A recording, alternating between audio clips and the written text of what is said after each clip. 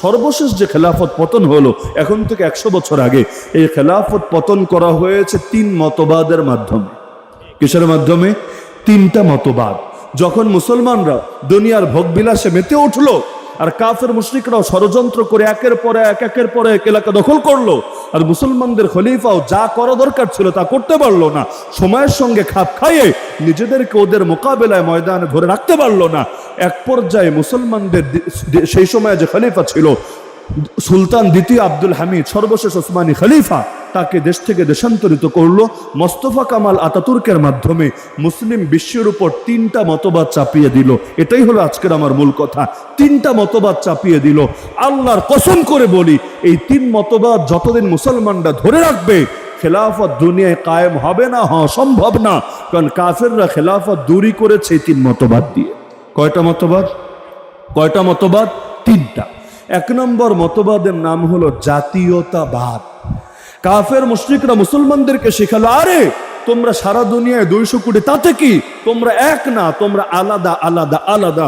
তোমরা কেউ বাঙালি, কেউ ভারতীয়, কেউ পাকিস্তানি, কেউ তুর্কি, কেউ অ্যারাবিয়ান, কেউ সিরিয়ান, কেউ ইয়ামানি। তো ওর দুঃখ ও বুঝবে, তোমার নাক গলাতে কে বলেছে? আমাদের ভাইয়েরা 70 বছরের বেশি সময় ধরে মাজলুম হয়ে আছে। আল্লাহর ঘর মুসলমানদের প্রথম কেবলা এই কাফেররা দখল করে রেখেছে। মুসলমানদের নাকি 57টা দেশ আছে, প্রতিটা দেশের নাকি সামরিক বাহিনী আছে। কে দাঁড়িয়েছে তাদের পাশে? আর সর্বোচ্চ একটা আবেগ দেখিয়েছে, একটু মিছিল করেছে, একটু বিবৃতি দিয়েছে। কিন্তু 23 লাখ মুসলমান, মাত্র 23 লাখ মুসলমান, এই 23 লাখ মুসলমান তারা নিজেরাই লড়াই করে এখন বাঁচতে হচ্ছে। দুনিয়ার 200 কোটি মুসলমান আছে, বাকি মুসলমানরা বসে বসে তামাশা দেখছে। এমনকি মারা গেল, কয়টা মসজিদে দোয়া হয়েছে বলেন? তাদের জন্য সরকারিভাবে কি শোক বার্তা জানিয়েছে বলেন? যদি নরেন্দ্র মোদী আজকে মরে, দেখবেন রাষ্ট্রীয় শোক ঘোষণা হয়ে গেছে। যদি কাফেরদের কোন নেতা মরে, দেখবেন সবাই এর জন্য শোক বার্তা জানাচ্ছে। অথচ মুসলমান, আরে যেই কাজ আমার ছিল, তোমার ছিল, সবার ছিল, ওই কাজগুলো আমাদের যে ভাইয়েরা সামাল দিচ্ছে, তারা তো উম্মার সম্পদ। তাদের মৃত্যুতে সবার কান্না করা দরকার ছিল, সবার দোয়া করা দরকার ছিল। আরে অতীতের সুলতান মাহমুদ গজনবীর নাম বলেন, সালাহুদ্দিন আইয়ুবীর নাম বলেন, তো জিন্দা সালাহুদ্দিন আইয়ুবীরা সামনে থাকে, তাদের কদর যেই জাতি করে না, দাঁতের কদর না করলে দাঁতও ঠিক থাকে। তাহলে লড়াই হচ্ছে না এখনো পর্যন্ত, তাদের লড়াই তাদেরই করতে হচ্ছে। কেন? ওই যে জাতীয়তাবাদের নামে আলাদা করে দিয়েছে। দেশভিত্তিক জাতীয়তা মানে বাঙালি জাতি বাংলাদেশ নিয়ে চিন্তা করবে।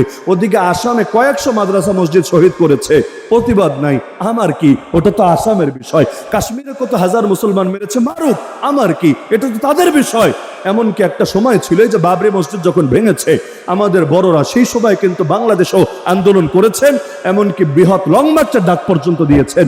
কিন্তু এখন এই জামানে এসে কত নতুন নতুন মসজিদ যে শহীদ করছে, ওইটার খবরও রাখার টাইম আমাদের নাই। কারণ আমরা তো বড় ব্যস্ত, আমরা তো বড় বিজি। নাউযুবিল্লাহ মিন যালিক। তা আমরা ছিলাম এক জাতি, আমাদেরকে পরিণত করলো ডজন ডজন জাতিতে। 57টা মুসলিম দেশ, 57টা জাতি। আর যে মুসলমানরা থেকে কাফের দেশে, ওরা আবার আলাদা আলাদা জাতি। এখন এক দেশে যদি নাস্তিক থাকে আর আস্তিক থাকে, ওরা ভাই ভাই। কিন্তু আরেক দেশে যদি মুসলমানও থাকে, তারে ভাই বলার সুযোগ নাই, তার দুঃখে তার পাশে দাঁড়ানোর সুযোগ নাই। দরকার ছিল কি জানেন? এই যে আমেরিকা থেকে শুরু করে গোটা পশ্চিমা বিশ্ব, কারো গায়ে যদি টোকাও মারেন না, টোকা, দেখবেন একযোগে ওরা সবাই মাঠে নেমে এসেছে। পাকিস্তানে যুদ্ধ করেছে কে করেছে?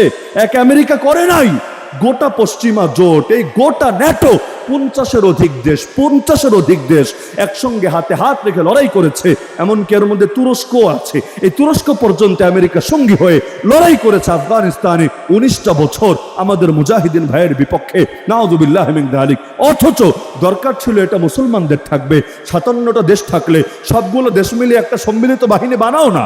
আরে যেগুলো মুসলমানদের কেন্দ্রীয় স্বার্থ, সেটা রক্ষা করার জন্য সবাই একযোগে লড়াও না।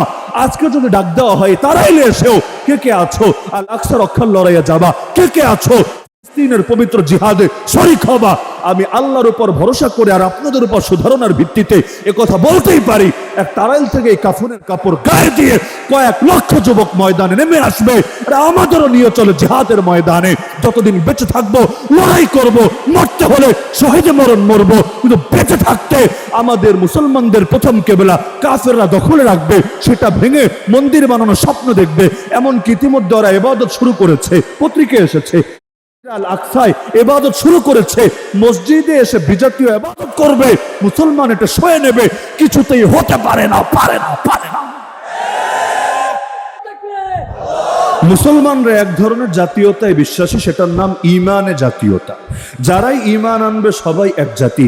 সে হাবাসার বেলাল হোক, সে পারস্যের সালমান ফারিসি হোক, আর সে মদিনার সাদ হোক, আর সে মক্কার সেই অন্যান্য আবু বকর ওমর রাদিয়াল্লাহু আনহু তারাই হোক, যে যেই এলাকার হোক, যে যেই ভাষার হোক, যেই মাত্র কালেমা পড়েছে লা ইলাহা ইল্লাল্লাহ মুহাম্মাদুর রাসূলুল্লাহ, তারা ভাই না শুধু, বরং এক দেহের মতো, এক দেহের মতো। আরে আবু জাহালের পুত্র ইকরিমা মুসলমান হয়েছে, এক যুদ্ধে শরীক হয়েছে, সেই যুদ্ধে হত হয়ে পড়ে আছে, পানি পানি পানি বলে পানি খেতে যাচ্ছে, একজন পানি এগিয়ে নিয়েছে, মুখের কাছে নেবে, এমন সময় পাশ থেকে আরেকজন পানি চেয়ে উঠেছে। সে বলছে, আবু জাহালের পুত্র যে জীবনের বড় অংশ কাটিয়েছে ইসলামের বিরুদ্ধে যুদ্ধ করে, সে বলছে আমার চিন্তা পরে হবে, যাও আমার ভাইয়ের কাছে নিয়ে যাও। দ্বিতীয় জনের কাছে নিল, সে পানি খাবে, এমন সময় পাশ থেকে আরেকজন আওয়াজ উঠালো, সে বলল ভাই আমার চিন্তা পরে হবে, যাও জলদি তার কাছে নিয়ে যাও। 3 নম্বর জনের কাছে গিয়ে দেখলো সে শহীদ, 2 নম্বর জনের কাছে ফিরে এসে দেখলো সেও শহীদ, ইকরিমা বিন আবু জাহালের কাছে ফিরে এসে দেখলো সেও আর বেঁচে নাই, সেও শহীদ। তিনটা প্রাণ ঝরে গেল, কারো আর পানি খাওয়া হলো না, কিন্তু শেষ টাইমেও স্যাক্রিফাইস কারে বলে গোটা উম্মতের শেখায় গেল। চাইলে তো নিজ অল্প পান করে ভাইয়ের দিকে এগিয়ে দিতে পারতো না, পুরোটাই এগিয়ে দিয়েছে। আরে নবীর মেহমান নিয়ে গিয়েছে এক আনসারী সাহাবী ঘরে, আল্লাহ নবীর মেহমান, কারণ নবীর কাছে মেহমান আসলে নবী মাঝে মধ্যে ভাগ করে দিতেন, তার ঘরেই আর কি আছে যে তিনি খাওয়াবেন, ভাগ করে দিতেন, যাও বাসায় নিয়ে যাও। এক সাহাবী নবীর মেহমান নিয়ে এসেছেন, বাসায় এসে গিন্নিরা জিজ্ঞাসা করছেন মেহমানকে দেওয়ার কিছু আছে? বললো তোমার আমার খাওয়ার তো কিছুই নাই, বাচ্চারা ঘুমিয়ে আছে, ওদের খাওয়ার জন্য সামান্য খাবার আছে, ভেবেছিলাম ঘুম থেকে ওরা জাগলে ওদের খাওয়ায় দিব, এরপর ওরা আবার ঘুমাবে, এটাই আছে, বাসায় আর কিছু নাই। বলল তাহলে সেটাই মেহমানকে দিয়ে দাও। আচ্ছা মেহমানটা দিবে ভালো কথা, মেহমানকে আর মেজবান ছাড়া খাবে? খাওয়ার তো কথা না। তো যদি ওই বাচ্চার খাবার আর কতটুকুই খাবার, এটা যদি আবার মেজবানের সঙ্গে শেয়ার করে খাওয়া লাগে, পেট ভরা তো দূরের কথা, মূল প্রয়োজনে তো পূরণ হবে না, না মেহমানের না মেজবানের।